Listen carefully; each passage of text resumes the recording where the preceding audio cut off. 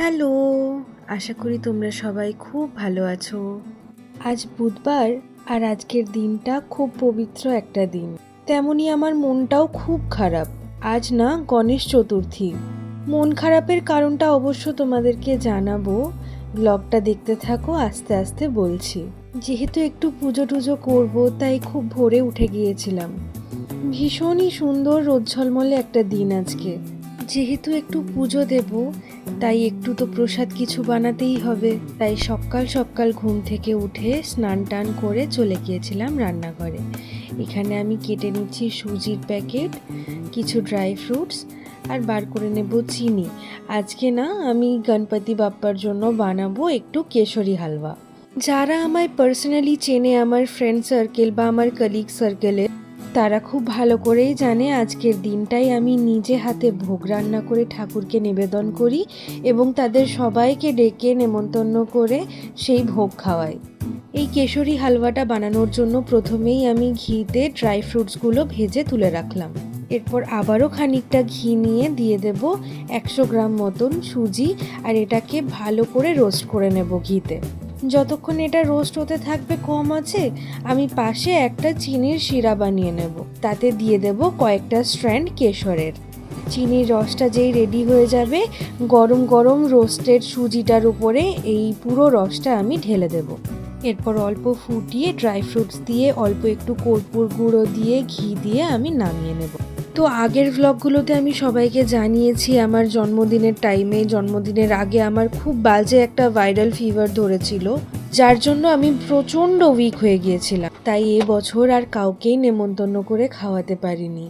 আমি নিজের মতন পুজো করে ঠাকুরকে অল্প প্রসাদ দিয়ে দিয়েছিলাম। এটাই ছিল, আমি এই কেশরি হালুয়াটাই আমি প্রসাদে দিয়েছিলাম ঠাকুরকে।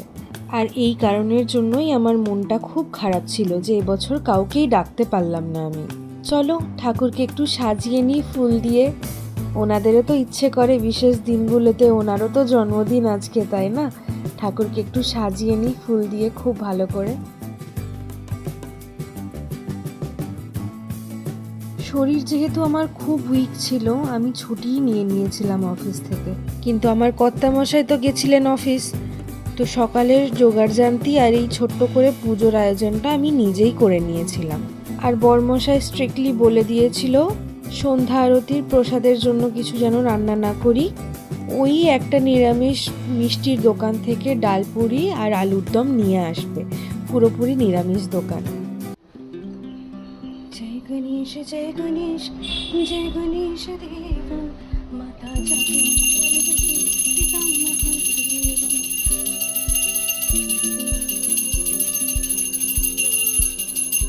যেহেতু শরীরটা ভীষণই উইক, চলো দৌড়ে চলে যায় রান্নাঘরে আর রান্নাটা কমপ্লিট করে নিই।